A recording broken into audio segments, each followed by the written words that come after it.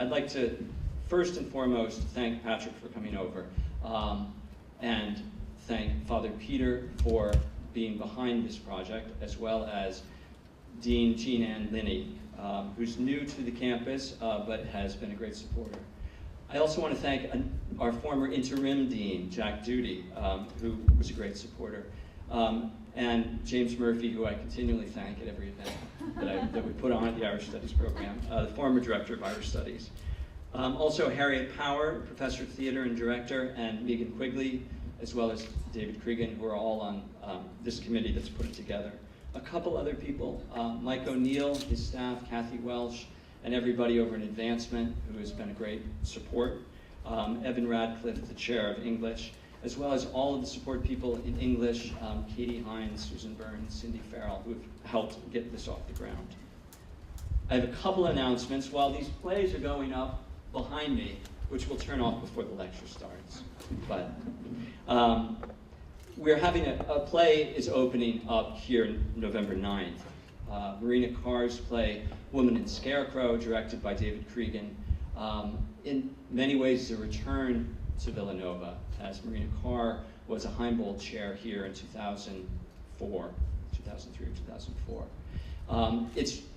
I looked at the calendar this year. We have a lot of amazing Irish theater happening here. And if you look at the previous year, we have a lot of amazing Irish theater. Every year it seems that Villanova has been building on a tradition of Irish theater. Eamon Grennan, a former Heimbold chair, is going to be here to introduce a verse drama on November 11th at 4 o'clock before the curtain of Women and Scarecrow later that night. And lastly, this year's Heimbold chair, Hugo Hamilton, we have a nice bit of synergy. His memoir, The Speckled People, is being put on right now in Dublin, and the director is Patrick Mason. So we have some nice overlap. Hugo will be offering 2 courses in the spring through honors. I'm speaking to all the students in the courses, in the classroom here, in the room, the lecture hall. One is a creative writing course in memoir, and the other is a course in Irish literature and influence. Villanova is very proud to have the Abbey Theatre on our campus. Una Desire, the Director of Public Affairs and Development, has come over to help us work out possibilities. I want to put it out to everybody here, if you have ideas, please talk to me, talk to David Cregan, as we are thinking about what this program can look like in the future, something that will benefit both the Abbey and us. Right now we're planning to have lectures, workshops, study abroad programs, and internships, but the possibilities are not limited to that. The exchange, I guess, officially is beginning tonight. So we have a memorandum of understanding signed, and I would just like to give everybody a round of applause for working on this program.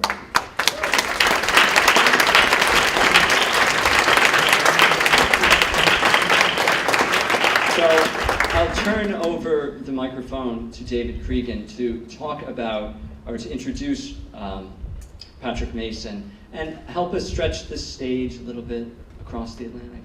Come on up, Dave. Thanks.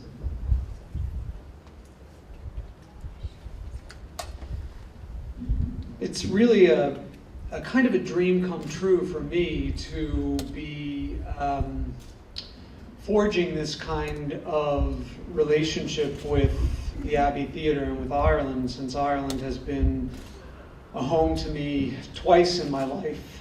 And I feel particularly proud and excited to welcome Patrick Mason to Villanova, because during my time in Dublin when I was at Trinity College working on my PhD, Patrick was extremely generous with me, and his partner Sean, him and his partner Sean were also very hospitable to me during my time there. And I do consider both of you to be friends, and so it's an honor to have you with us here tonight. Patrick Mason is a world-class director. He received a Tony Award for Best Director in 1992 for his work on Brian Friel's play Dancing at Lunasa. His relationship with the Abbey is a long one, and it began in 1977 when he joined the Abbey Theatre as a director. His relationship was deepened by being the artistic director of the Abbey from 1993 to 1999. Not only was his influence on the stage in his work with many wonderful productions at the Abbey Theatre, such as The Burial at Thebes by Seamus Heaney, The Wake by Tom Murphy, Observe the Sons of Ulster Marching Towards the Somme, and Dolly West Kitchen by Frank McGuinness, The Well of Saints by J.M. Singh, The Only True History of Lizzie Finn by Sebastian Barry, By the Bog of Cats by Marina Carr, and The Great Hunger by Thomas McIntyre, just to name a few. But he was also extremely influential in the types of theater that Irish people viewed. During his tenure as the artistic director of the Abbey, Patrick Murphy brought over to the Abbey Tony Kushner's Angels in America, an innovative and courageous production which stands as a large part of his legacy for his time at the Abbey Theatre. His work is powerfully known and represented in Ireland, but he is also known across the whole world. He has worked not only at the Abbey Theatre in Dublin, but also at the Gate Theatre. He has worked at the Aarhus Theatre in Denmark, the Chicago Shakespeare Theatre, the Guthrie. He has staged operas for the Dublin Opera, for Opera North, and for Opera Zuid in the Netherlands. And without further ado, it is my great pleasure to welcome Patrick Mason.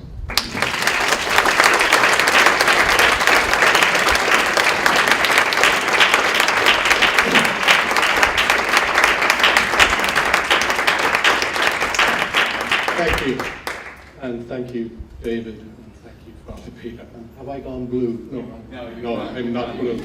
And there are no more photos of you. No, okay.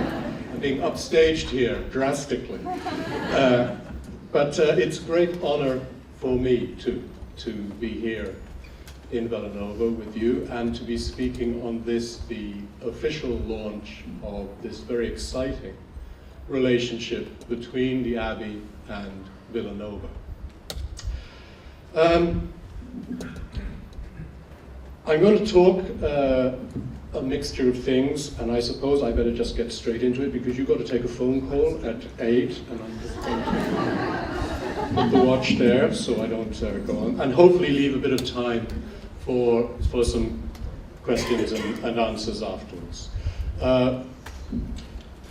Ancient eggs hurled at actors. Riot starts when a playboy appears. 12 held for theatre riot. Playboy cast will face charges of immorality. Some of you may be thinking Dublin. You're wrong. It's Philadelphia. The Abbey's first American tour, the Playboy Tour, the Adelphi Theatre, 16th of January 1912. See, I'm afraid the Abbey has form in these parts already. And to Philadelphia goes the distinction of being the only city in the world that we know about to arraign the Abbey Company for immorality. I'm sure Dublin and many other cities would have liked to have done so over the years, but Philadelphia wins that distinction. It all ended happy enough with the charge being dismissed. John Quinn, the New York lawyer, who was a friend and close friend of Lady Augusta Gregory and a benefactor of the Abbey, came down from New York City to defend the players, and the charge was dismissed. But I'm afraid not before it had earned your city a rather stinging rebuke from another friend of Lady Gregory's, George Bernard Shaw. he was always into giving stinging rebukes, so don't feel victimized by this. Shaw wrote, "All decent people are arrested in the United States." That is the reason why we all refuse all invitations to go there. Besides, who am I that I should question Philadelphia's right to make itself ridiculous? Sorry about that. He's also the man who, when the heroic British Captain Smith drove the Titanic into an iceberg going at 25 knots, said only the British could make a hero of the man who did such a thing. Anyway, resourceful as ever, Lady Gregory saved the tour by calling in a personal favor from Theodore Roosevelt. She had many powerful friends and connections who came to see a production and gave it his blessing by his presence and helped calm the outrage and, as I say, save the tour financially. But that was not before, of course, another riot had broken out at the Maxine Elliott Theatre in New York, and one of my favorite vignettes of Lady Gregory, who is one of my great heroes and the founding mother of the Abbey. One of my favorite vignettes of her is backstage in the Maxine Elliott as potatoes and dimes rain down upon the actors on stage. She was crouched behind the set in the fireplace opening, exhorting the actors on stage to keep going at all costs, but save your voices because you can't be heard. The sound in the auditorium was so great. I've always thought that's rather good advice to actors: save your voices because you can't be heard. Anyway, disgrace and triumph seem to be inescapable motifs in any narrative of the Abbey, past or present. As you are about to enter this marriage, you better know something of the in-laws. And indeed, I'm reminded that when my own Abbey production of Tom McIntyre's Great Hunger did a short tour in the US, visiting Philadelphia and New York, we were ambushed by feverish attempts on the part of the ancient order of Hibernians, who were lobbying the Irish government to have us recalled to the motherland for, you guessed it, disgracing the nation. I'm glad to say the Irish government declined to act, and we went on to have quite a successful tour. Mind you, the Abbey has been known to hand out as good as it gets, and if you remember W.B. Yeats's famous rebuke to the Abbey audience when they rioted over the Bound Stars, "You have disgraced yourselves again." Tom McIntyre, author of the play The Great Hunger, once remarked to me that there were two dominant features in Irish public life: shame and pride. And indeed, as if to prove a point, when the National Theatre disgraced the nation in 2004 by going spectacularly bust in its centenary year through a typically Celtic mixture of hubris and incompetence, the nation then returned the compliment 4 years later by going equally bust for much the same reasons. As in the small, so in the great. And I've always argued that the Abbey is probably the most national of all national theatres in the world, as it has so often proved to be the microcosm to Ireland's macrocosm, which is probably an idea which would have delighted W.B. Yeats, the founding father, as poet and magus, agnostic and magician, and one of the towering figures of this story that I'm going to relate to you this evening. Writing about his history play translations, Brian Field, another regular author at the Abbey, commented that the only reason to look back is to see where you are and to understand how you got there. So I intend to do some looking back in this talk. Some of this material may be familiar to some of you, some not. And I want to look particularly to those early years of the last century, and the founding of the Abbey and its subsequent struggle for survival. Events which I believe can tell us a lot about the nature of the theatre that we have today. But I also want to talk about my personal history with the Abbey, with your indulgence, and to look back a little over my own work and involvement with the theatre, which roughly corresponds to the establishment of the modern Abbey, that accident-prone pride and disgrace of its founding father and mother, and also coincides with a development in Irish theatre generally, which is probably best described as the emergence of the theatre of the nation, as opposed to, and very often opposed to, the national theatre. Irish theatre starts with a national theatre. It's only since the 1970s, through a program of public funding, that it has enabled a theatre of the nation, a network of smaller theatre companies to grow up around the country, in Dublin, but also around the country. And these two periods, the maturing of the national theatre and the growth of the theatre of the nation, are inextricably linked. Often, as I say, in opposition, a sort of poor wars over scarce resources, because there was some robbing of Peter to pay Paul that went on, but also a vital synergy that was established and became a key part of my artistic directorship through the 90s. You are Abbey, and never forget it. Words which were spoken to me in 1977 by the then artistic director, Tomás McConaughey, himself a giant of the Abbey. You are Abbey, and never forget it.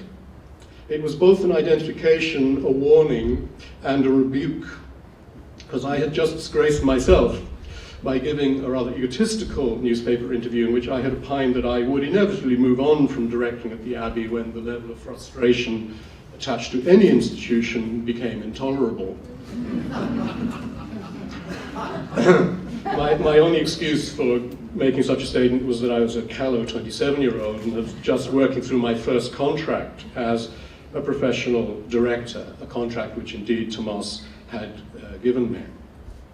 In fact, I had joined the Abbey earlier as a voice coach, not as a director. In 1972, I was 2 months out of drama school, and the then artistic director, Leila Doolan, who was soon to be replaced by Tomás McConaughey in one of those frequent boardroom coups d'etat that litter Abbey history, had asked me to come and coach the company and teach in the School of Acting. Peter Brook once asked me how I liked working in the Irish theatre. It's very political, isn't it, he said. Peter Brook, talking to Peter Brook was always like talking to God, and I used to lose my nerve completely. So I said rather foolishly that I thought British theatre was far more politically engaged. No, he said, I meant political small p. And so it is. But then, you know, so is the British theatre. But maybe our Irish politicking is marked by its parochial scale and intensity. Great hatred, little room was how W.B. Yeats described literary Dublin at this time. However, leaving aside the internecine strife and the coup d'etats, Leila had asked me over, and my task as a very recent graduate of the Central School of Speech and Drama was to help with the vocal problems in the acting company, which had been caused by the move into the new theatre. The old Abbey had burned down in 1951, and the company had gone into a temporary exile across the Liffey in the old Queen's Theatre. Both the old Abbey and the Queen's were Victorian theatres and had absolutely perfect acoustics. They moved back in '96 into a modern building which was acoustically disastrous. And this was a huge setback for a company, after all, that based its work around language. Very nuanced, inflected language. And by the time I was on the scene, 72, there was not a member of the company who wasn't suffering some form of voice strain or some sort of problem. So there I was, 21 years old, and trying to work it out.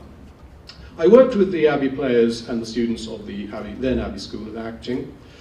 And in that time, I had the opportunity, as things happen in the theatre, to assist on 2 extraordinary productions.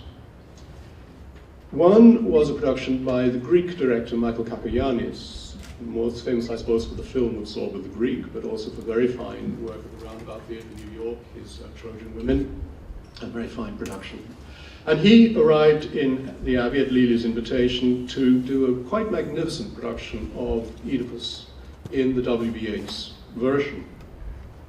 And the other director who I worked with was a man who's become a friend and mentor to me, was the English director Hugh Hunt, then Professor of Drama in Manchester University, where I subsequently worked as a lecturer in performance studies between 74 and 76, before I went back to the Abbey as a director. As a young man in 1935, Hugh Hunt had been summoned to the Abbey by W.B. Yeats to take up the post of play producer. We now, as you do in America, call the creature a director of plays, but pre-war, in the English-speaking theatre, that side of the Atlantic, the director was the producer, if you see what I mean. Not the money man, the man who did the play, staged the play. We adopted the Hollywood terms after the war for some reason, but there we are, we're all directors now. Anyway, director of productions. This was an interesting response, because in the mid-30s, the Abbey was suffering very badly from the Gate Theatre, comparisons with the Gate Theatre in Dublin, which had been set up 10 years previously by an actor, Michael McLearmore, and his partner, Hilton Edwards, director. And they had brought with them all kinds of modernist techniques, expressionist techniques of production, which the Abbey simply didn't have. And so production standards were dropping at the Abbey, and Yeats decided something had to be done about it.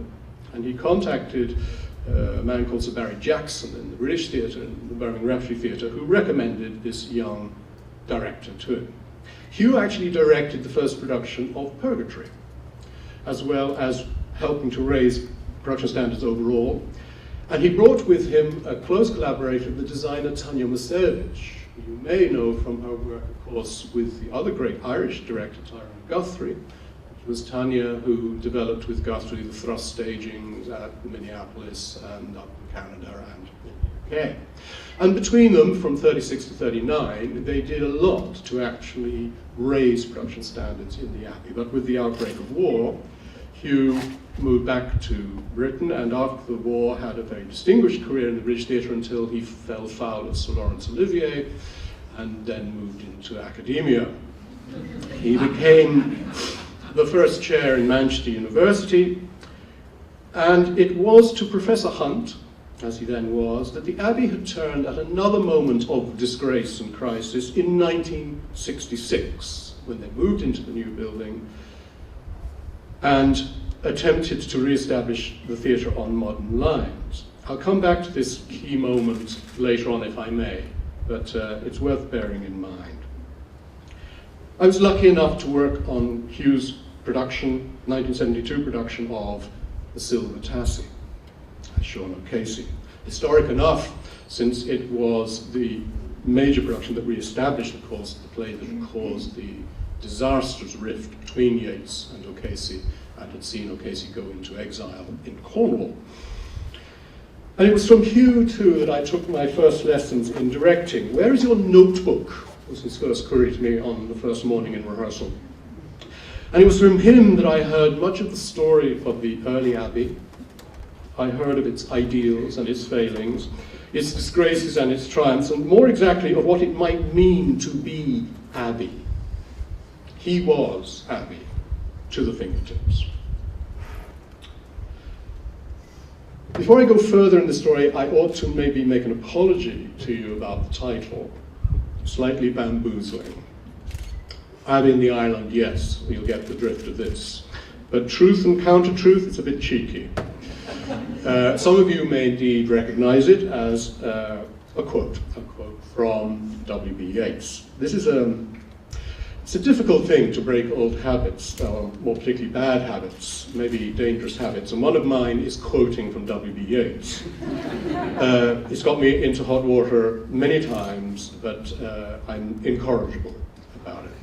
He is so eminently quotable, and love him or loathe him, and opinion is roughly divided on this. He's not only the founding father of the theatre, but he's unavoidable in any discussion of the source, the ideology behind the Abbey Theatre, because he is its greatest exponent, he is its greatest propagandist, and he is its most provocative statesman. Truth and Counter-Truth comes into one of the late poems reflecting on his time as a theatre director, a director of the theatre. Art, he suggests, dramatic art, may provide a counter-narrative to history.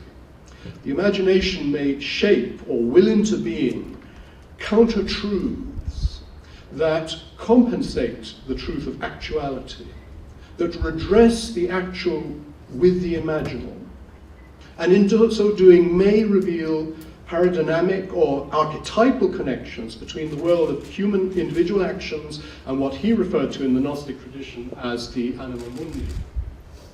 Maud gone, the great beauty embittered and turned into a hatchet-faced harridan by her fierce hatred for Britain, becomes the Countess Kathleen, who gives her soul to save her people. The king and the hero become inevitably the fool and the blind man. The figures are inextricably linked. There are these deep connections that run between them, truth and counter-truth. There is redress, but there's also revelation. Moreover, for Yeats, as a magician, such counter-truths may have indeed magical effects of reshaping or revising history itself. For by creating, as he said, masterful images, gestures on the stage, the artist is able to hold reality and justice in one single thought. Well, it worked for him, apparently. But the purpose of the theatre art for WB was both, if you like, reflection, mimesis, and a kind of redemption. His counter-truth was to help bring the new nation into being when politically it had failed, was denied. Professor Dennis Donoghue, commenting on Yeats at this time of the founding of the Abbey in his writings, says the following: Yeats was determined that the political vacuum caused by the fall of Parnell will be filled by national feeling. Literature and drama are the chosen means. He was excited by the opening of the Abbey Theatre, which he helped to found, as the focus of an entire country, the climax of a national drama. His early essays were attempts to provide Ireland with an artistic conscience, something to live up to, as in the early years of the Abbey, and something to be rebuked by when the Abbey went its disappointing way. We'll leave the disappointment for later, maybe. Yeats himself writes, "In Ireland, where the tide of life is rising, we turn not to picture making, but to the imagination of personality, to drama, gesture." This strategy, this choice, is all the more remarkable because neither Yeats nor Lady Gregory had ever had anything to do with theatre. Indeed, there was, as I say, no Irish theatre to speak of at the turn of the 20th century. There were amateur groups, of course, but professional theatre toured from London, and the repertoire was a London repertoire. Sheridan in the 18th century, Boucicault in the mid-19th century, Wilde and Shaw in the late 19th century had all in their turn made their way to the imperial capital to make their mark on the English-speaking theatre. It was the natural thing to do. No one stayed in Dublin until now. The idea of such an Irish theatre was wholly absurd, as George Van Shaw let Yeats know in no uncertain terms. Where were the plays? Where were the actors? Where were the audiences to support such a fantastical venture? The story that leads to the opening of the Abbey on the 27th of December 1904 has actually begun at the end of the previous century, 1899, when, as Donoghue says, after the collapse of Parnell and the collapse of the hopes of Home Rule and the denial of an Irish nation in the parliamentary form, Yeats and Lady Gregory and Edward Martyn had founded the Irish Literary Theatre, 3 writers, Martin moneyed, put up some cash. WB supplies the manifesto. And the manifesto reads as follows. We propose to have performed in Dublin in the spring of every year certain Celtic and Irish plays, which, whatever their degree of excellence, will be written with a high ambition. And so to build up a Celtic and Irish school of dramatic literature, to bring upon the stage the deeper thoughts and emotions of Ireland. We will show that Ireland is not the home of buffoonery and of easy sentiment, as it has been represented, but the home of an ancient idealism. We are confident of the support of all Irish people who are weary of misrepresentation in carrying out a work that is outside all the political questions that divide us. I actually entitled my first policy document when I was artistic director of the Abbey in 1993, A High Ambition. The press automatically assumed that the ambition in question was my own and responded accordingly. When I followed it up with a second document entitled The National Theatre, the response was much the same as greeted W.B.Yeats's manifesto for the Literary Theatre. Who the hell does he think he is? Speaking for Ireland. The buffoonery mentioned in the manifesto, so the easy sentiment and misrepresentation in the eyes of Yeats and of Lady Gregory, was largely the work of Dion Boucicault, who had reinvigorated the stage Irishman in figures like Con the Shocharon and Sean the Post and Aaron O'Pogue. Plays that, by the way, were much admired by Shaw and O'Casey. So, we have the high ambition, we have the literary ambition, we have the ancient idealism. Plays were duly written by Yeats, by Gregory and Martin, Douglas Hyde and others. Actors were cast from London, financial support forthcoming from some wealthy friends. In the event, audience support was disappointing. Small but elite, I suppose, despite the patriotic appeal of the manifesto. Obviously, the deeper thoughts and emotions of Ireland were not proving so popular. But it was a beginning, not a very encouraging one. The English actors proved woefully inept at capturing Irish accents and rhythms, and frankly, the whole venture smacked of the patronizing and the exclusive. Many years later, in the 30s, Lady Gregory, looking back over the entire history of the Abbey and the Literary Theatre, was to comment that our main liability was to confuse the literary with the theatric. She was a sharp old bird, no mistake.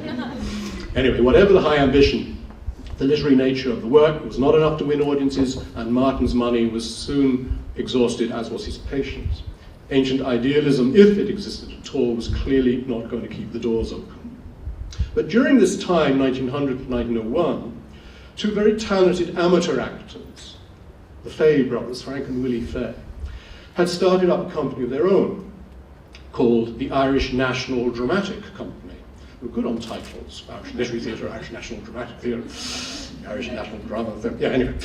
They had the actors, but they lacked a repertoire. It seemed a perfect fit.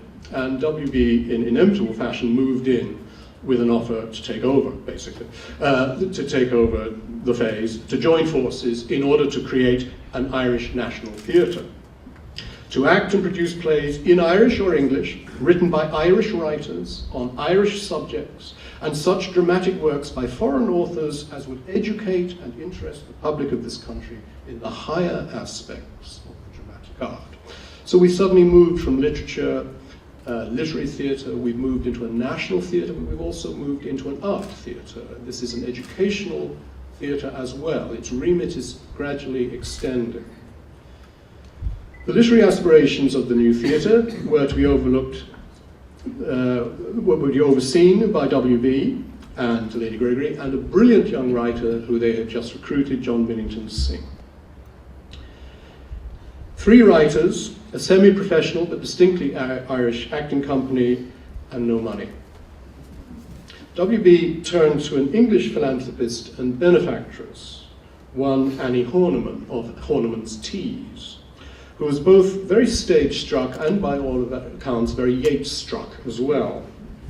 He exerted all his charms, and Annie Horniman, in the year of 1904, sold her shares in the Hudson Bay Trading Company at a vast profit and put the money into the National Theatre, buying the premises on Abbey Street, the old Mechanics Theatre, and helping to subsidize production costs for the new theatre. A private limited management company was put in place, the National Theatre Society Limited, which survived to that disastrous centenary when it all collapsed in tears. And the plays on the first bill were On Bolyas Strand by Yeats, Spreading the News, Lady Gregory, and Kathleen Nuhulahan, W.B. Yeats. On the second night, they presented the premiere of In the Shadow of the Glen. The Abbey was finally up and running. Must have been a good year for the Hudson Bay Trading Company, I don't know.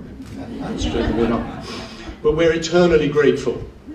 The Abbey was then, of course, to reach its apotheosis, and 3 years later, in 1907, with the opening of Synge's Playboy of the Western World. Suddenly, the theatre had a seriously good play and a major playwright on its hands, and a disgrace and a triumph. What more could be wanted? Before we move on, I just want to look again at this high ambition and just notice the way in which the remit of this theatre moves from the literary to the national, to the artistic, to the educational. And I think you can identify a couple of what I call sort of founding fantasies that are behind this. One is the Athenian fantasy, the golden age of Athenian drama, the age of Athens, Periclean Athens, Sophocles, Euripides, Aeschylus, the Oresteia of Aeschylus, the great foundational drama and the great foundational of the city, of democracy, establishing trial by jury, establishing the will of the people, all through a play, through a great poetic play. And this certainly appeals. If the nation couldn't exist, we could imagine the nation. If we couldn't have justice, if we couldn't have democracy, if we couldn't have our own judiciary, we could make this happen in the imagination. And what's more, we could, like Aeschylus, we could tell the story of our city, of our country, of our people, of our gods, and we could encompass truth, historical truth, and the redress of a counter-truth within this potent gesture, poetic mix. See, the second fantasy, foundational fantasy is lurking there, is the Shakespearean fancy. Partly Shakespeare is the Tudor propagandist, but much more the action of Elizabethan theatre in general, to articulate, to express, and to illuminate a sense of nationhood, which bound the people of England together at a particularly perilous time in the threat of Armada and invasion by Spain and all the rest of it, when they were isolated within Europe. And for Yeats, I think lurking behind that again is the Prospero fantasy. He is a magician. And as we know from the writings of Professor Francis Yates, the idea of magical theatre, the idea that the globe as a microcosm, that the actions of the microcosm could affect those of the macrocosm, was very potent for Yeats's imagination. So at some level in his imagination, the Abbey stage was also a magical stage. But ironically, for all this high ambition and all these founding fantasies, all the lofty rhetoric of the Abbey, it had actually been defined not by some noble, tragic action, some great dignified national rite or ritual. It had actually succeeded with a great comic drama, with no gods, no archetypes, only the savage, parodic energy that Synge had drawn from his travels in the west of Ireland. No ancient idealism here, in fact, exactly the opposite. Wild, whirling words, scandalous deeds, vivid, explosive characters, and dramatic action. A troubling, anti-romantic, and many said anti-national play. Roaring, swearing, and sweating, the theatre had found its voice, but this was not the voice of W.B. Yeats or of Lady Gregory. However, They fought tooth and nail to protect and promote this play because they recognized its value as a great play. They defended it not only against the imperial authorities in Dublin Castle, but against nationalist Sinn Féin movement, against their own actors, and against their own audiences. It was a glorious, heroic, and bruising battle which lasted over 10 years, but which they won convincingly. And I think it is the fight for the Playboy that really defines the nature of that early Abbey. A national theatre, yes, but the one that was to be art-led, led by the imagination, the artist's imagination, and where the freedom of the artist was paramount and trumped all national interests when push came to shove. And there was a lot of pushing and shoving. And where the integrity of that artistic vision, the integrity of the artist was paramount. The Abbey was then to be the domain of the playwright of genius, whatever the nation might think. Years later, talking about the fight for the Playboy, Lady Gregory said, "We kept on giving them what we wanted until they came to believe that they wanted it themselves." She has a way with words. So in 1907, they had a theatre, they had the actors, they had a benefactor, they had a great play, and their problems had only just begun. Because they lost their greatest playwright, J.M. Singh, died on March 24th, 1909, from cancer. In 1908, the Fay brothers fell out with W.B. Yeats, like most people fell out with W.B. Yeats, and left. On May the 10th, 1910, they lost their money when the Hudson Bay benefactor withdrew her support because through a mix-up over telegrams, which is worthy of Chekhov, the theatre had not closed as a mark of respect to the death of King Edward VII. Not so much a disgrace as a disaster. The period that follows from 1910 to 1920 is not marked by any great plays or the emergence of any great playwrights. What follows is in one sense even more extraordinary, because what follows is a period of sheer survival. And there's one person at the center of this, and that is Augusta Gregory. She said to a friend, "We have certainly seen the seamy side of life since we started running a theatre." She now touched every higher society friend she had for a loan or a subsidy, from Lady Orlawn to George Bernard Shaw to the redoubtable John Quinn. She lobbied prime ministers, viceroys, presidents, all targeted for galas, fundraising matinees, organized the first American tour, the second American tour, the British tours, sponsored lectures and publications.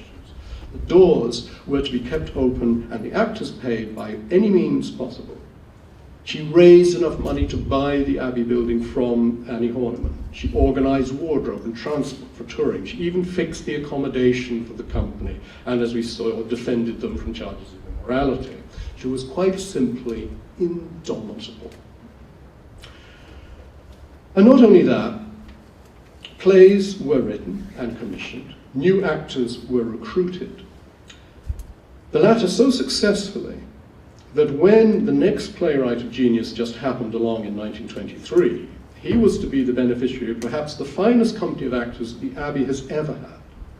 A company of players that included Barry Fitzgerald, F.J. McCormack, Michael J. Nolan, Arthur Shields, May Craig, and Eileen Crowe. Great, great actors.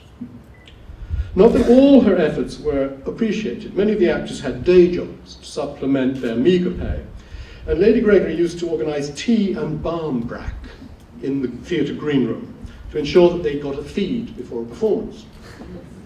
These balm bracks, Gort cakes, because they were baked in bakeries in Gort, the village near her home at Coombe, began to be regarded with suspicion by the players. Charity, big house charity. They were being patronized. This was an affront to their dignity, and they decided that they would, from then on, leave them untouched in protest. But still, mysteriously, the barmbrack was being eaten. And when the players discovered that the Abbey stage hands had no such scruples, and were quietly polishing off the dog cakes, the protest was dropped. Again, against his hectic theatrical housekeeping that was going on, it's worth remembering this is also the period of the First World War, the Irish War of Independence, and the Irish Civil War. And the Abbey kept its doors open throughout all those extraordinary events. Indeed, on the outbreak of European hostilities in August 1914, Lady Gregory writes in her diary of her terrible sense of foreboding. What is to be done, she says, to keep cool her country estate and house for Robert and his children. Of course, Robert was killed in action in 1918. To keep the Abbey open. And she did. And she was Abbey, and she never forgot it. One of the policies of the Abbey from the very beginning, which is carried on to this very day, is that any script submitted to the theatre by an Irish citizen will be read and assessed for no charge. And this policy paid off rather handsomely in 1921, when a small earmarked exercise book filled with barely readable handwriting was submitted by one Sean O'Casey. Lady Gregory had an instinct about these things. I believe there is something in you, she said, and your strong point is characterization. And she set about working with him on a draft of his new play. O'Casey was equally smitten. I loved her, he wrote, and I think she was fond of me. Why, God only knows. Our friendship affinity was an odd one. She was an aristocrat, I a proletarian communist. Yet we understood each other very well. Shadow of a Gunman opened at the Abbey on 12th of April 1923 and was an instant popular success, apart from being anything else. And in March of the following year, Lady Gregory sat beside W.B. Yeats in the Abbey stalls waiting for the curtain to rise on the first performance of Juno and Haycock. She turned to Yeats and said, "This is one of the evenings at the Abbey that makes me glad to have been born." W.B.'s response is not recorded. Yeats' success was enormous. The theatre was packed. The Abbey Theatre, the literary theatre, the national theatre, the art theatre, the educational theatre, had suddenly become the people's theatre.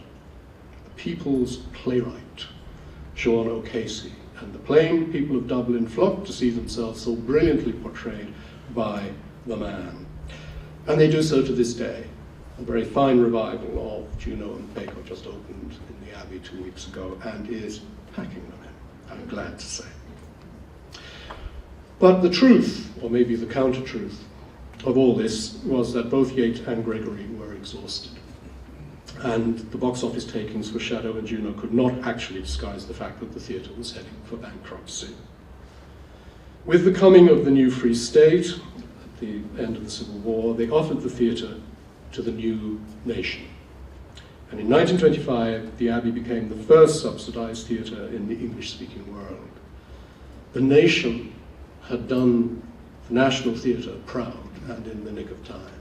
And it is extraordinary to think of that time after not only the War of Independence, but the Civil War, where the state was penance, that one of the first things that the provisional government did was to find a subsidy for the National Theatre. It's rather inspiring, particularly at moments like this. Anyway, one last story from this period. And the moral of this story, you know very well, there's no such thing as a free lunch. The price of this public money, of course, was that there had to be a public representative appointed to the board. Up to now, it had been an executive board led by Gregory, Yeats, and Lance Robinson, with the play producer. So, an academic, leading academic, Professor O'Brien, was appointed by the government to the board to look after the public interest. Now, as I say, this was an executive board. They selected the repertoire, they selected the plays to be formed. So there were regular meetings to go through submitted scripts and choose the program. And one such script came before the attention of the board, Yeats, Gregory, and Lennox Robinson voting in favour of production, and O'Brien, the government representative, voting against. Assuming to have won a majority of 3-1, Yeats was proceeding to close the meeting when O'Brien expressed the opinion that since he was the government appointee, his one vote outweighed the votes of the three others. Lady Gregory's response is worth quoting because it marks another defining moment for the Abbey. The Abbey players used to nickname her Queen Victoria because she was quite grand and rather small. But I fancy this is more of a Lady Bracknell moment. She fixed the unfortunate O'Brien with a beady stare. "You have mistaken your position," she said. I love that, you have mistaken your position. "If we have to choose between the subsidy and our freedom, it is our freedom we choose." I used to have that written on my desk. It's just so brilliant. The man backed down, and to this day, no Irish government has tried to interfere in the running of the National Theatre. And the play in question, by the way, was The Plough and the Stars. Another play that, whatever his misgivings, WB did defend against all comers. But of course, in 1927, when O'Casey submitted the Tassie, I'm afraid Yeats was in no mood either to defend it, let alone produce it, and the play was rejected, much to Lady Gregory's grief, and O'Casey went into exile. "We did not set out to create this sort of a theatre," wrote Yeats, "that is most pompous and irritating, and its success has been to me a discouragement and a defeat. I want to create for myself an unpopular theatre, and an audience like a secret society, where admission is by favour and never to many." To be fair to Yeats, after the death of Lady Gregory in 1932, he did come back, and as we see, tried to pick up the reins again, making his appointment of Hugh Hamilton in 1936. Why have I gone into this? Well, these people are extraordinary people, and this story is a kind of defining story, it seems to me, of certain qualities of the Abbey, certain values that lie behind it. What now happens with the war years, very briefly, is a cultural political isolation of Ireland, brought about largely by the neutrality in the Second World War, which affected Ireland's international standing into the post-war years, but also by the fact that by 1932, Gregory was gone, Yeats is dead in 1939, and the whole caboodle passes into the hands of the next government appointee, an ex-Minister of Finance called Ernest Blythe, who by 1940 had made himself chair of the executive board and managing director of the theatre, and whose power was only broken in 1966, the year Hugh Hunt was summoned back to the theatre, when the players went on strike in protest. It's not a great period for the theatre, I'm afraid. And yet again, it's a sort of defining period, because in that time, the Gate Theatre rose to its prominence. In fact, there were two theatres lying in Dublin, the Gate and the Abbey. The Gate was known as Sodom for various reasons, and the Abbey known as Bigorra. So Sodom and Bigorra became the two forces of professional Irish theatre, and with that extraordinary division came a division of repertoire. The Abbey increasingly becoming, if you like, a folk theatre under Ernest Blythe, increasingly a centre for Irish language theatre, and the Gate taking on the foreign plays, the international repertoire, and the contemporary non-Irish repertoire, and the classical repertoire. And strangely enough, in the ways of Dublin, this perception still remains to this day, although the Abbey share the same, mostly the same, Gate share the same repertoire, and indeed the same directors and actors. But anyway, the disastrous divide that happened in the 40s has effects that we feel up to this day. In a lengthy, you have to get your phone call. You go, Peter.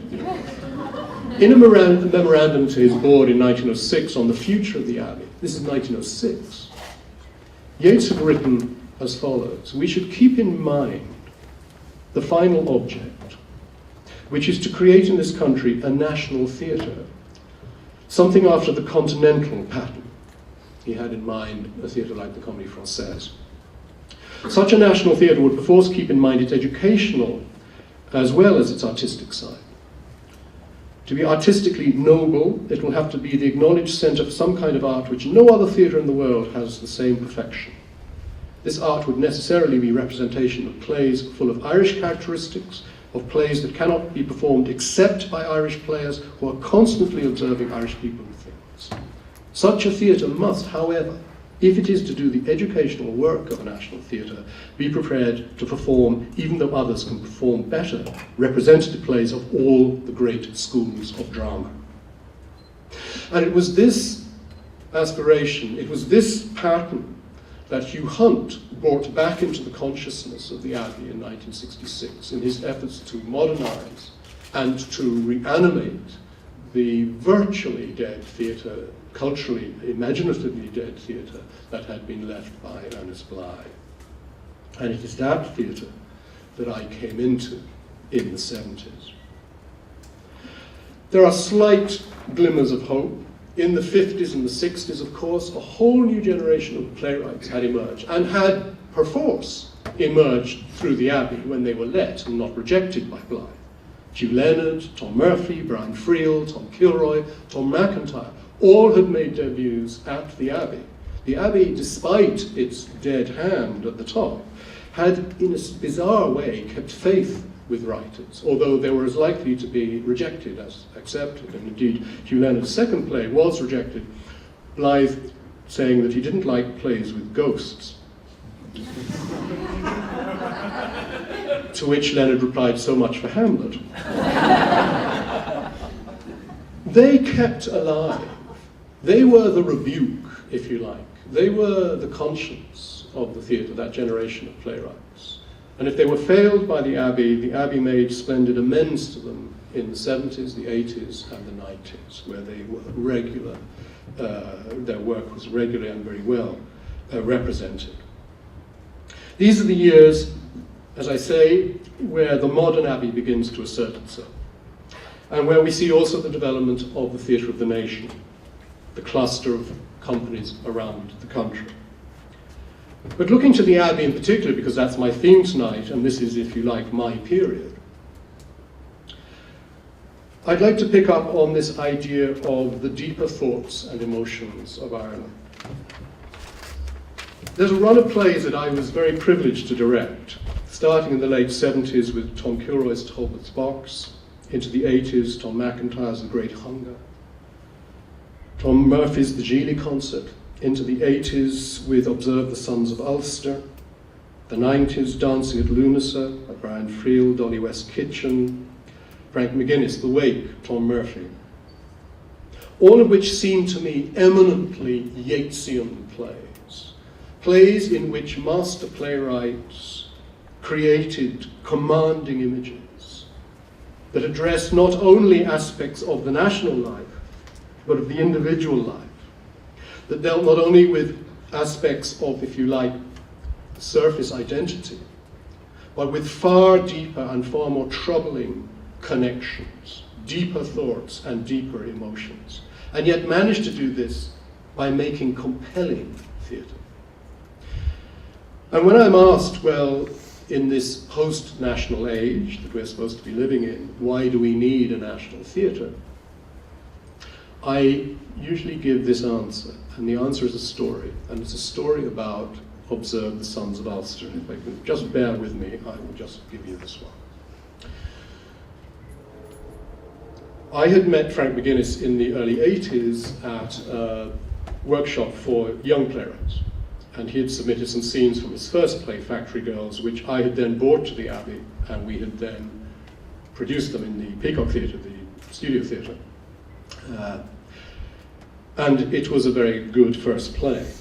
But what none of us expected, could have expected, was what happened next, which was this extraordinary play, Observe the Sons of Ulster, marching toward the Somme, which I'm sure many of you know it, but those of you who don't, tells the story of the Ulster regiments at the Battle of the Somme in 1916. This is the counter narrative, the counter-truth to the other 1916 of the rising in Dublin, the nationalist rising. This is a story that is told of the Somme in the north of Ireland, but never told in the south.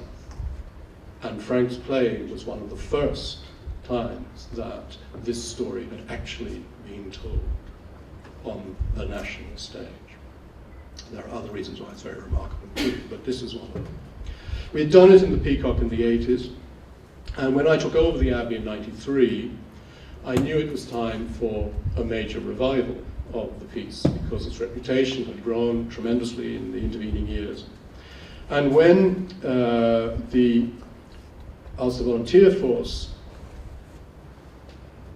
announced their ceasefire, which is the beginning of the peace process in the north, I rang Frank and I said, look, I was going to do this at the end of the year, but I think we should do it now.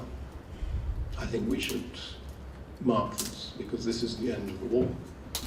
And he said, of course. And we cast it in a month, and by the end of the second month it was designed and we went into rehearsal.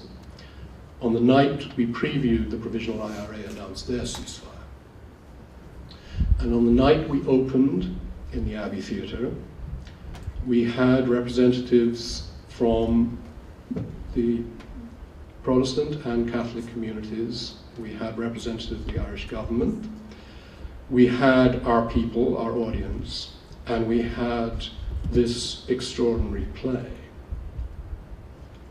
And I think if there's one night to me that defines what a national theatre can be, it was that night when this national story, this extraordinary story was told, enacted. Personality, drama, and gesture, magnificent language, where history was redressed, where identity was completed, where a great truth was told. And that, for me, is all part of the Abbey and all part of the legacy of Yeats and Lady Gregory, and all part of being Abbey and never forgetting it. And I suppose I will end by saying, whatever our troubles at the moment, and whatever the challenges ahead, like Lady Gregory, that indomitable force, I don't want to be the one to see this destroyed on my watch, and I know Fiach doesn't want to be the one to see it destroyed on his watch, because we are Abbey, and we don't forget it.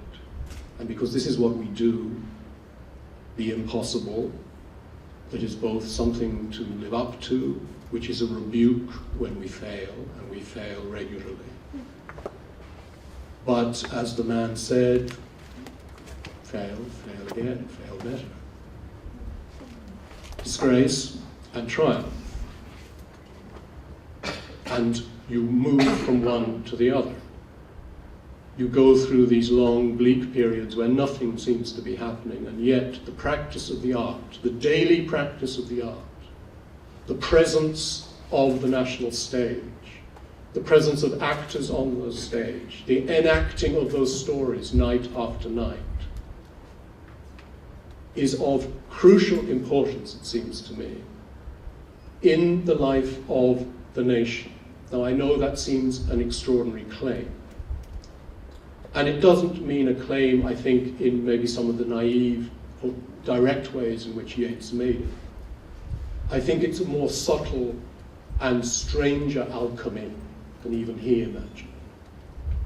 The very fact that this space exists, that this space is peopled, that our imaginations live in this space, and that this space has been placed historically at the very foundation of the state, just as Aeschylus placed the Furies in the foundations of the city, and they became the Eumenides, the blessed ones, the enshrining of the work of the imagination at the heart of the nation is a constant inspiration and a constant rebuke.